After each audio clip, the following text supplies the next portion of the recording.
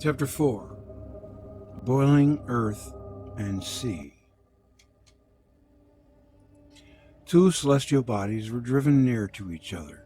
The interior of the terrestrial globe pushed toward the exterior. The Earth, disturbed in its rotation, developed heat. The land surface became hot. Various sources of many peoples describe the melting of the Earth's surface and the boiling of the sea. The earth burst and lava flowed. The Mexican sacred book Papavu and the manuscript Cacuchel, the manuscript Traiano, all record how the mountains in every part of the Western Hemisphere simultaneously gushed lava. The volcanoes that opened along the entire chain of the Cordilleras and in other mountain ranges and on flatland vomited fire, vapor, and torrents of lava. These and other Mexican sources relate how, at the closing hours of the age that was brought to an end by rain of fire, mountains swelled under the pressure of molten masses, and the new ridges rose. New volcanoes sprang out of the earth, and streams of lava flowed out of the cleft earth. Events underlying Greek and Mexican traditions are narrated in the scriptures. The mountains shake with the swelling, the earth melted. Clouds and darkness, fire, the earth saw and trembled. The hills melted like wax. He looketh on the earth, and it trembleth. He toucheth the hills, and they smoke. The earth trembled, the mountains melted. Even that Sinai, he rebuketh the sea, and maketh it dry, and drieth up all the river. The mountains quake at him, and the hills melt, and the earth is burned, yea, the world, and all that dwelleth therein. And even the bottom of the sea boiled here and there. The sea boiled, and all the shores of the ocean boiled. All the middle of it boiled, says the Zendavesta. The star, Tistria, made the sea boil. The traditions of the Indians retain the memory of this boiling of the water in the river and sea. The tribes of British Columbia tell. Great clouds appeared. It's funny, we got a thunderstorm going on outside. Actually, we're under a tornado warning right now. Great clouds appeared, such a great heat came, that finally the water boiled. People jumped into the streams and lakes to cool themselves, and died. On the North Pacific coast of America, the tribes insist that the ocean boiled. It grew very hot. Many animals jumped into the water to save themselves, but the water began to boil. The Indians of the Southern Ute tribe in Colorado record in their legends that the rivers boiled. Jewish tradition, as preserved in the rabbinical sources, declares that the mire at the bottom of the Sea of Passage was heated. The Lord fought against the Egyptians with the pillar of cloud and fire. The mire was heated to the boiling point by the pillar of fire. The rabbinical sources say also that the pillar of fire and of smoke leveled mountains. Hesiod, in his Theogony, relating the upheaval caused by a celestial collision, says the huge earth groaned. A great part of the huge earth was scorched by the terrible vapor and melted as tin melts when heated by man's art, or as iron, which is the hardest of all things, is softened by glowing fire in mountain glens. According to the traditions of the New World, the profile of the land changed in a catastrophe.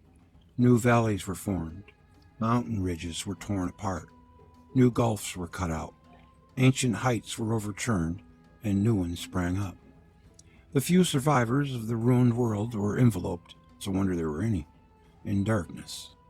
The sun in some way did not exist, and in intervals in the light of the blazing fires, they saw the silhouettes of new mountains. The Mayan sacred book, Papavu, says that the god rolled mountains and removed mountains, and great and small mountains moved and shaked. Mountains swelled with lava. Carnerea Viracocha, the god of the Incas, raised mountains from the flatland and flattened other mountains. And similarly, when Israel went out of Egypt, the sea saw and fled. The mountains skipped like rams, and the little hills like lambs. Tremble, thou earth, at the presence of the Lord, which removeth the mountains, which overturneth them in his anger, which shaketh the earth out of her place, which commandeth the sun, and it riseth not, which alone spreadeth out the heavens, and treadeth upon waves of the sea. Mount Sinai. Along the eastern shore of the Red Sea, there stretches a mountainous crest, with a number of volcanic craters, at present extinguished. Some, however, were active, not many centuries ago. One of these volcanoes is usually described as the Mount of the Law-Giving. In the 70s of the last century, a scholar, Charles Beck, suggested that Mount Sinai was a volcano in the Arabian desert. The book of Deuteronomy 4:11 says the mountain burned with fire unto the midst of heaven, with darkness, clouds, and thick darkness. Beck's idea was rejected by his contemporaries, and ultimately by himself. Modern scholars, however, agree with this original theory, and for this reason they look for the Mount of the Law-Giving among the volcanoes of Mount Seir, and not on the traditional Sinai Peninsula, where there are no volcanoes. Thus, the claims of the rival peaks of the Sinai Peninsula for the honor of being the Mount of the Law-Giving are silenced by new contestants.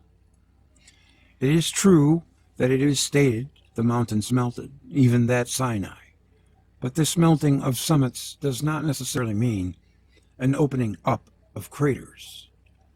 Rocks turned into a flowing mass. Damn, it must have been terrible.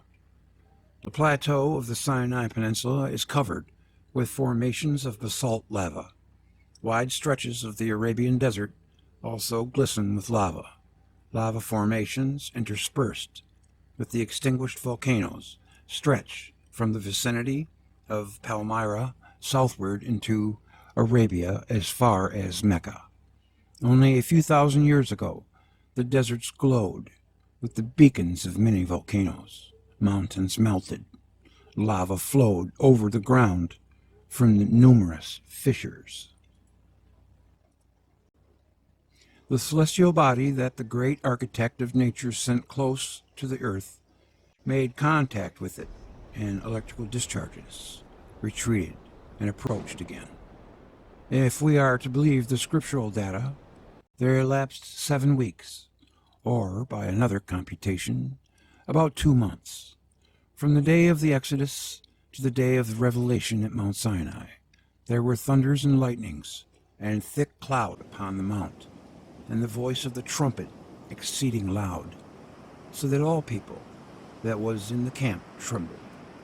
And Mount Sinai was altogether on a smoke, and the smoke thereof ascended as the smoke of a furnace, and the whole mount quaked greatly. And when the voice of the trumpet sounded long, and waxed louder and louder, Moses spake, and God answered him by a voice. The Talmud and Midrashim describe the mountain of the law-giving as quaking so greatly that it appeared as if it were lifted up and shaken above the heads of people. And the people felt as if they were no longer standing securely on the ground, but were held up by some invisible force. The presence of a heavenly body overhead caused this phenomenon and this feeling. Then the earth shook and trembled. The foundations also of the hills moved and were shaken, because he was wroth. He bowed the heavens also. There was that bowed. And came down, and darkness was under his feet. At the brightness that was before him, his thick clouds passed, hailstones and coals of fire. The Lord also thundereth in the heavens, hailstones and coals of fire. He shot out lightnings, then the channel of waters were seen, and the foundations of the world were discovered. Earth and heaven participated in the cosmic convulsion. In the fourth book of Ezra, the occurrences witnessed at Mount Sinai are described in these words. Thou didst bow down the heavens, didst make the earth quake and convulse the world. Thou didst cause the deeps to tremble, and didst alarm the spheres. The approach of a star toward the earth in the days of the revelation at Sinai is implied by the text of the Tractate Shabbat. Although the ancestors of later proselytes were not present at the mountain of the lawgiving, their star was there close by. An author of the first century of the present era, whose work on biblical antiquities has been ascribed to Philo, the Alexandrian philosopher, thus describes the commotion on the earth. Below and in the sky above, the mountain Sinai burned with fire, and the earth shook, and the hills were removed, and the mountains overthrown. The depths boiled, and all the inhabitable places were shaken, and flames of fire shone forth, and thunderings and lightnings were multiplied, and winds and tempests made a roaring. The stars were gathered together, collided, referring to the verse, He bowed the heavens also, or is it bowed? I never know if that's bowed or bowed. He bowed the heavens also, and came down, Psalms 18. Pseudo-Philo describes the events, I wonder why he says pseudo-Philo, describes the events of Mount Sinai, and says that the Lord impeded the course of the stars. The earth was stirred from her foundation, and the mountains and rocks trembled in their fastenings, and the clouds lifted up their waves against the flame of the fire, that it should not consume the world, and all the waves of the sea came together. The Hindus depict the cosmic catastrophe at the end of a world age. The whole world breaks into flames, so also 100,000 times 10 million worlds. All the peaks of Mount Sinai, even those which are hundreds of leagues in height, crumble and disappear in the sky. The flames of fire raise up and envelope the heaven. The sixth sun, or sun age, ended. Similarly, in the Jewish tradition with the revelation at Sinai, the sixth world age was terminated, and the seventh began. Theophany. Earthquakes are often accompanied by a roaring noise that comes from the bowels of the earth. This phenomenon was known to early geographers. Pliny wrote that earthquakes are preceded or accompanied by a terrible sound. Vaults supporting the ground give way, and it seems as though the earth heaves deep sighs. The sound was attributed to the gods and called theophany. The eruptions of volcanoes are also accompanied by loud noises. The sound produced by Krakatoa in the East Indies during the eruption of 1883 was so loud that it was heard as far as Japan, 3,000 miles away, the furthest distance traveled by sound recorded in modern annals. In the days of the Exodus, when the world was shaken and rocked, and all volcanoes vomited lava, and all continents quaked, the earth groaned almost unceasingly. At an initial stage of the catastrophe, according to Hebrew tradition, Moses heard the silence of the desert, the sound which he interpreted to mean, I am that I am Yahweh. Heard the people in the frightful night at the mountain of the lawgiving. The whole mount quaked greatly, and the voice of the trumpet sounded long, and all the people saw the roars, and the torches, and the noise of the trumpet at the mountain smoking. And when the people saw it, they trembled and stood afar off. It was a perfect setting for hearing words in the voice of nature in an uproar. An inspired leader interpreted the voice he heard, 10 long, trumpet-like blasts. The earth groaned for weeks now. All its strata had been disarranged, its orbit distorted, its world quarters displaced, its oceans thrown upon its continents, its seas turned into deserts, its mountains upheaved, its islands submerged, its rivers running upstream, the world flowing with lava shattered by meteorites, with yawning chasms, burning naphtha, vomiting volcanoes, shaking ground, a world enshrouded in an atmosphere filled with smoke and vapor, twisting of strata and building of mountains, earthquakes, rumbling of volcanoes, joined in an infernal din. It was the voice, not only in the desert of Sinai. The entire world must have heard it. The sky and earth resounded, mountains and hills were moved, says the Midrash. Loud did the firmament roar, and earth with echo resounded, says the Epic of Gilgamesh. In Hesiod, the huge earth groaned when Zeus lashed Typhon with his bolts. The earth resounded terribly, and the wide heaven above. The approach of two charged globes toward each other could also produce trumpet-like sounds, varying as the distance between them increased or lessened. It appears that this phenomenon is described by Pseudo-Philo as testimony of the trumpets between the stars and their lord.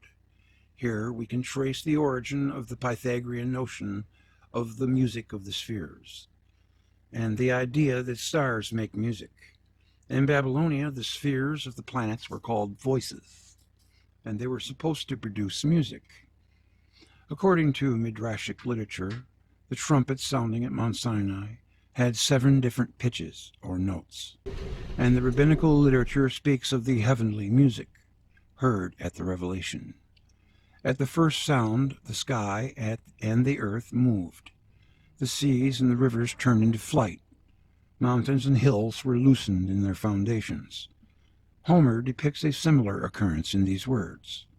The wide earth rang, and round about great heaven pealed as with a trumpet. The world all burns at the blast of the horn, it is said in the Valuspa.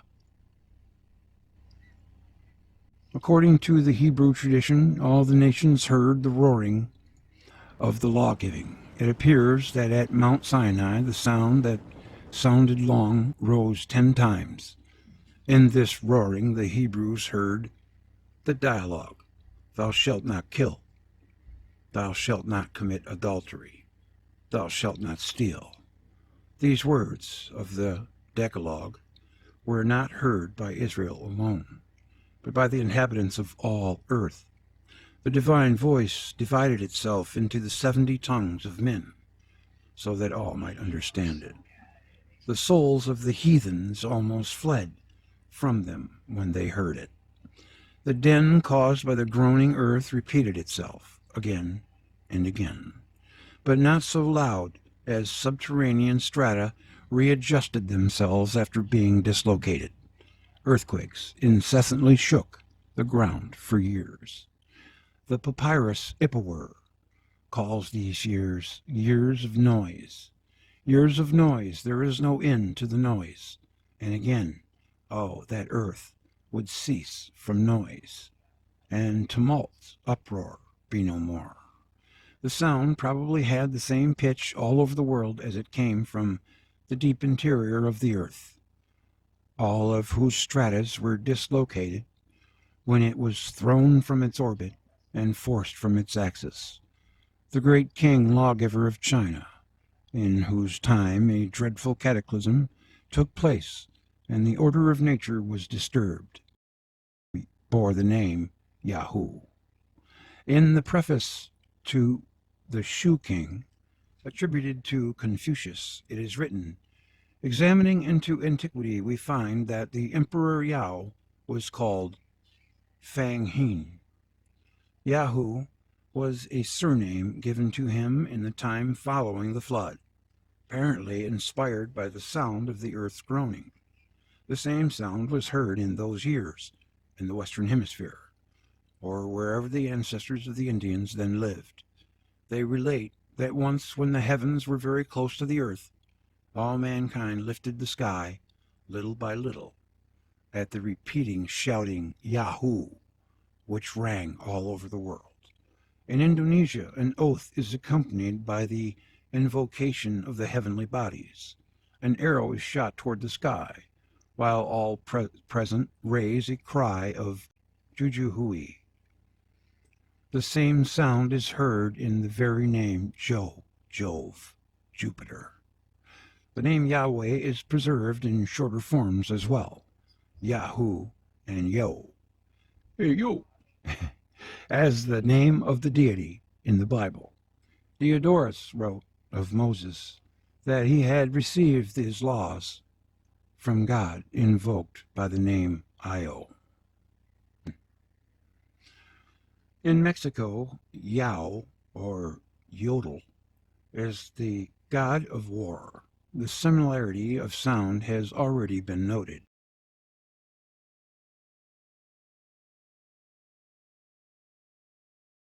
Nihonji, Chronicles of Japan, from the earliest times, begins with a reference to the time when of old heaven and earth were not yet separated, and the in and yo not divided yet. Yo is the earth. The time when the sky touched the earth is the time when the heavy dust and vapor-charged clouds of the comet enveloped the globe and lay very close to the ground. End of subchapter.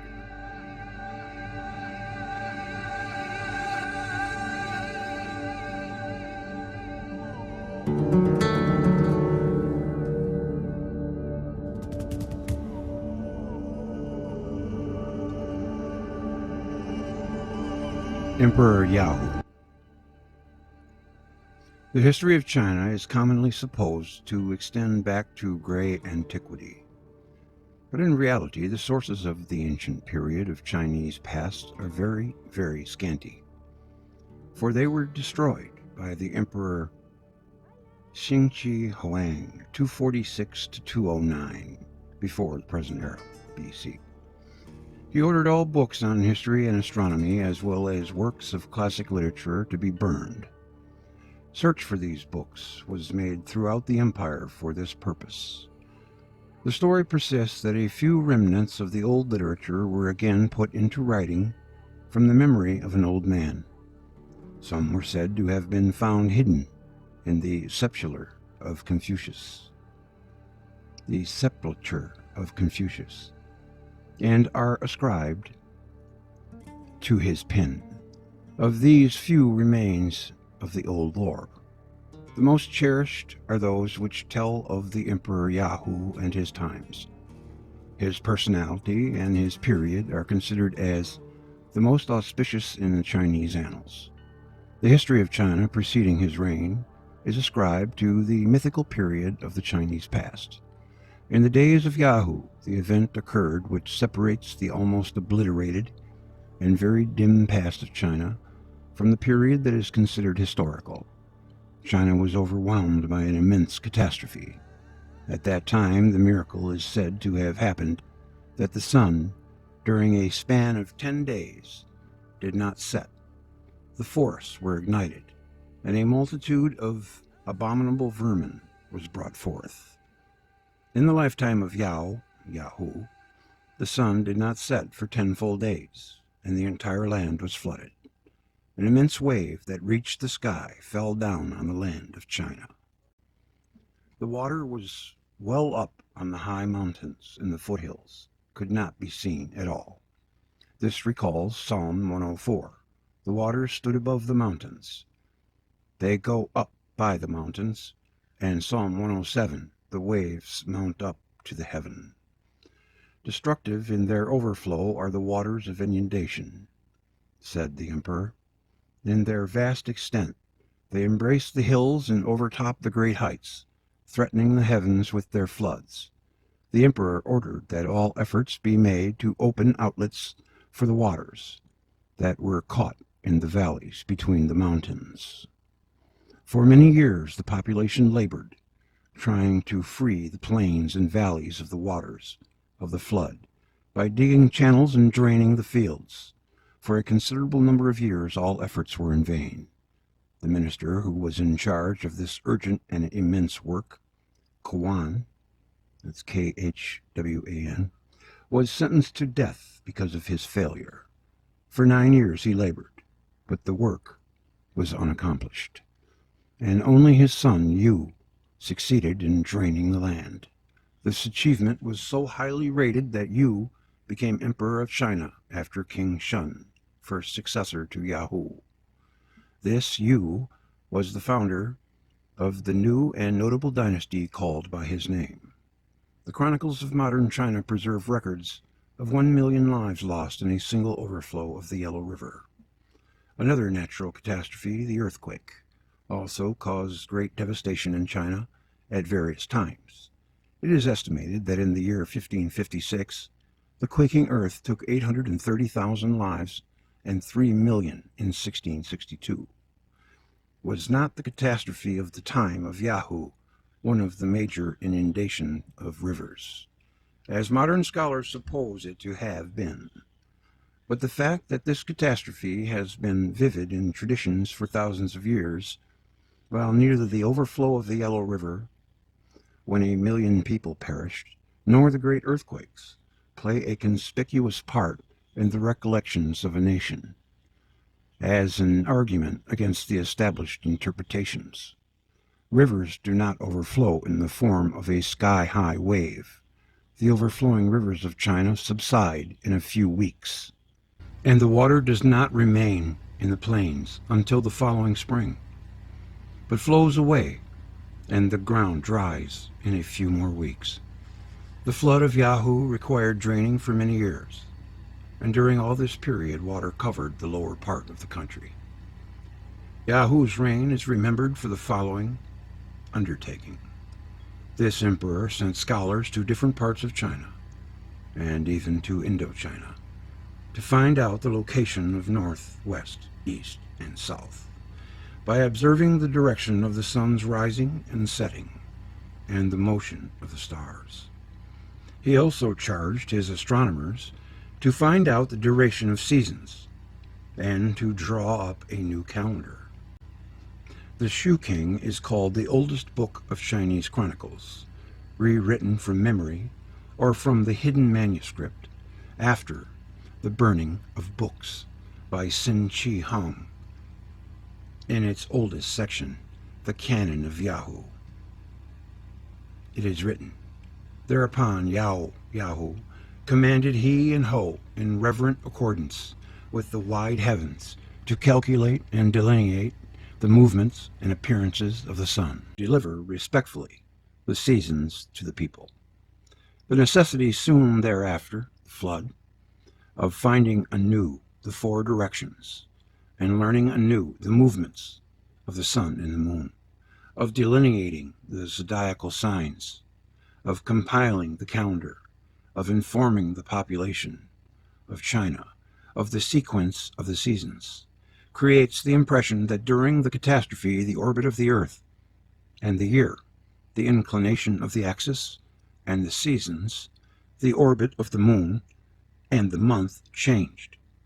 We are not told what caused the cataclysm, but it is written in ancient annals that during the reign of Yahoo a brilliant star issued from the constellation Yin. According to old Tibetan traditions, the highlands of Tibet, too, were flooded in a great cataclysm. The traditions of the Tibetans speak also of terrifying comets that caused great upheavals. Calculations were undertaken to establish the dates of the Emperor Yahoo on the basis of a remark that the constellation Nio, thought to he the constellation Hydra, culminated at sunset on the day of the vernal equinox in the time of Yahoo. It was reckoned that the flood occurred in the 23rd century before the present era, but this date has been questioned by many. Sometimes it has also been supposed that the flood of Yahoo was the Chinese story of the universal flood. But this point of view has been abandoned. The story of the deluge of Noah has its parallel in a Chinese tradition about a universal flood in prehistoric times, in the days of Fo He, or Fo Hai, who alone of all the country was saved. The flood of Yahoo is sometimes regarded as simultaneous with the flood of Ogyges. The flood of Ogyges, I think that's what it's pronounced like, did not occur in the 3rd millennium. Let's see if it is. Maybe it's not. Let's see what the computer voice says. Be real brief here. I have to put it in. Okay, then erase everything that comes with it, which is quite a bit, and then hit, and it shows me a beetle. Let's see how it pronounces it. Okay, here we go. You ready? Here we go. Oh, they're spelling it different. Hold on, I gotta find the right. Okay, there it is. Ogyges. Ogyges. It just depends on whether you go J or G with a G. To me, that would be Ogyges. It sounds better. Okay, back to the book. The synchronism of these devastations with the catastrophes of the days of Moses and Joshua will be demonstrated and supported by ancient and chronological sources. When we summarize what has been told about the time of Yahoo, we have the following data. The sun did not set for a number of days. The forests were set on fire. Vermin filled the country. A high wave reaching the sky poured over the face of the land and swept water over the mountain peaks and filled the valleys for many years. In the days of Yahoo, the 4 quarters of the heaven were established anew, and observations of the duration of the year and month and of the order of the seasons were made. The history of China in the period before this catastrophe is quite obliterated. All these data are in accord with the traditions of the Jewish people about the events connected with the Exodus. The sun disappeared for a number of days. The land was filled with vermin. Gigantic, sky-high tidal waves divided the sea.